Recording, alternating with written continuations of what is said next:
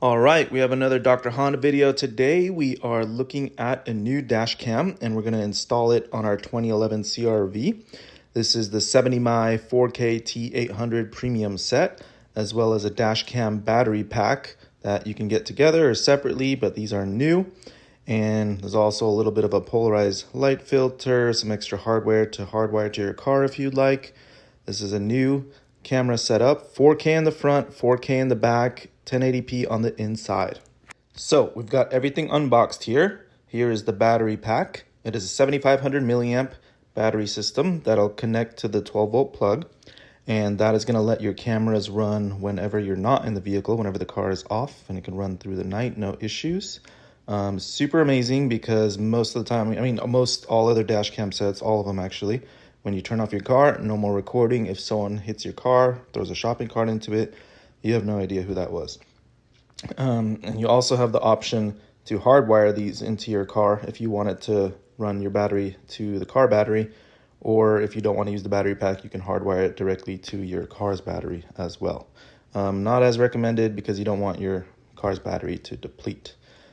Here is the camera itself. So 4K in the front, 1080p internal camera that is watching you, and then a 4K rear camera. This is the first one that I've seen that's 4K in the front, 4K in the rear. Usually they're 1080p in the rear, so that is a huge bonus. You can read those license plates.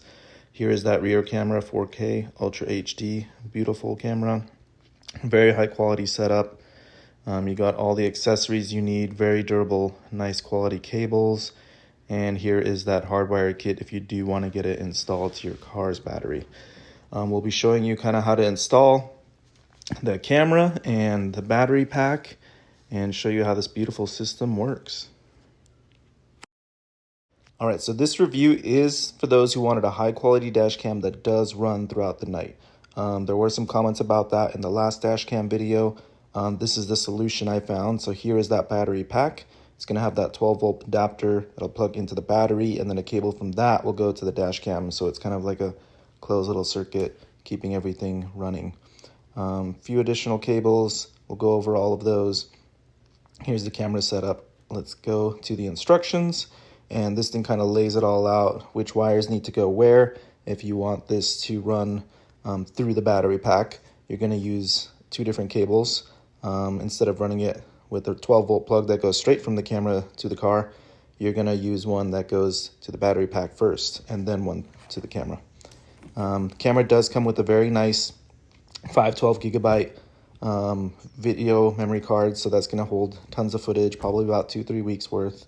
We're going to install the camera up here behind the mirror so that it doesn't interfere with our field of view. That's very important because you don't want to be gazing through that camera while you're driving. That's going to increase risk of accidents, things like that. I keep mine in a hidden spot so you can't even tell it's there when we're driving. We're going to apply a little film, electrostatic film. That's going to help the camera stick on nicely. Very durable. This is like my third or fourth 70mm cam, and they do not come off. It's been up there for years on my other cars. We're going to insert that wire into the upper edge of the window, come down all the way to the 12-volt plug. You're just going to scoot it in slowly with the tool that comes with. Push it in as such. There you go. And just squeeze it in through all the corners, get around the airbag, get it behind the wedge, behind the borders. You're going to get it behind the weather seal in the door, shown here. And you're just going to scoot it all the way around until you get through the floor mats and plug it in so it's nice and as inconspicuous as possible. But yeah, just take your time, wedge it through, get it under the mats, and just showing you the layout there, but you can push it through all the way at the end. If your camera edge is like really tight and it's just not going through, you can get some little sticky clips from Amazon. That's also an alternative if you don't feel comfortable shoving it behind the airbag lip. But again, it's behind there, so the airbag is going to come through the front. This is the additional wire that's going to go all the way to the rear. We want to take that through the roof. You can also take it through the floor. It is a pretty long cable, whatever vehicle you're using it on, totally fine. We're going to wedge it kind of in the same place on the top, and then take it all the way above the door moldings to get it to that rear portion. I like to run it under the weather strip just because it's a lot more hidden when you get it through there. If you like really don't want to see it whatsoever, then I would go through the floor, get it under the mats. You're not looking down there anyway, and get it between the edge of the car. We'll take it up through here on the rear side, and just showing you on the rear, we have a little opening at the top. And then we want to match that up with our camera and apply the electrostatic tape that we did for the front camera as well. So we got the wire going through the front here, got it wedged in between, putting all the excess in there. Wherever you find a spot, you can put the excess wire. If you run it through the floor, you'll probably have less chance of having extra wire. So we got our electrostatic tape up there. We ran the camera a little bit, just make sure it's like a good angle and everything, and this was a nice spot, so we're gonna go ahead and stick it there. It's also something you want to do is make sure it's in a position where when you're looking in the rear view mirror, it's not like right in the middle of your view. So we put it on the right side a little bit. It's hidden a little bit behind one of the headrests, so it's not interfering with the driver's field of view. Now we got that installed beautifully. Look at that, very seamless. Now here is the battery pack. So when we're installing this, you're going to use a different cable than if you're not purchasing the battery pack. It's going to go same thing into the 12-volt plug, but it's going to have that DC5, and it's going to go into the battery. And then from there, you're using another cable and running that to your camera up there. That is important. Use which cable, depending if you're using the battery pack, it's a different cable. So don't wire one and then realize you need the other one. This 2011 CRV has that nice opening right there, so we're just going to use those Velcro strips that came with it and stick it right there on the floor, nice and out of the way. You can also put this under a seat, easily fits under the driver or passenger seat if you're running a newer model CRV that doesn't have the opening. Any other car, very easily to put under the passenger side seat, plenty of cable to run it wherever it fits. Again, this is a 7,500 milliamp battery, so big and juicy. It's going to last your camera all throughout the evening. No issues there. And again, here's another view of the dash cam. We got the 1080p interior cam. Very nice for seeing what's going on inside the car. And again, we angled it. You can see the point of view just to make sure you're in the footage as well.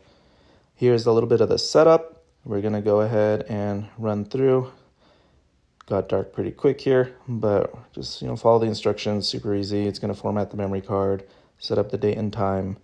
You get to choose some options for like sound and saving the emergency video, etc., etc. I'm going to set it to today's date.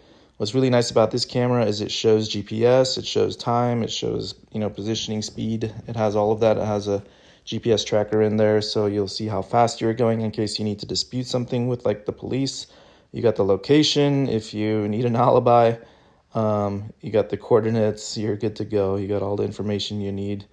And, that's one of the most important things about these dash cams. It's providing evidence that you were in the right and you are not liable for these issues that other drivers are causing. So here's some of the footage, right there. Look how close those cars just got to each other. Don't know what the sedan is doing being so far in the right lane. But you can see how HD this footage is. You can read everything clearly. When I pinch and zoom in, I can read all the license plate numbers, even where they purchased the car from on the license plate frame. It is nice and crispy. Depending on how you position it on your front glass and the angle of your front glass, that's going to determine the glare, as well as the sun in your area. There's no way around that unless you're kind of putting your camera on the outside of the vehicle, which is not recommended. But again, really high quality footage. Here is our rear view. So we got, again, 4K camera in the back.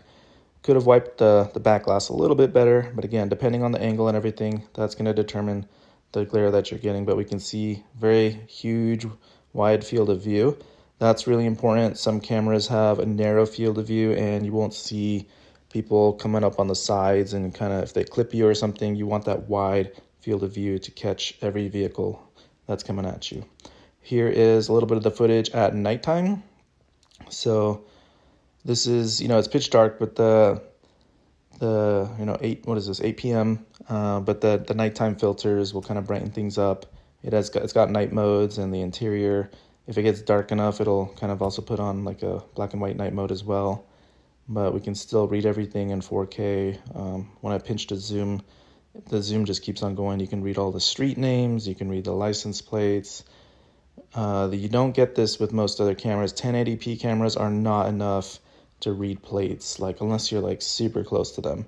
So you do want a nice 4K setup. And again, when it comes down to getting a ticket or being in court, you want that evidence. That's what's going to save you hundreds, if not thousands of dollars, or just issues and headaches later on. Someone runs in front of your car, you hit them accidentally, you want to be sure you have that on footage showing they jumped in front of you, not you just plowing through someone on the street. All right, thank you guys for watching.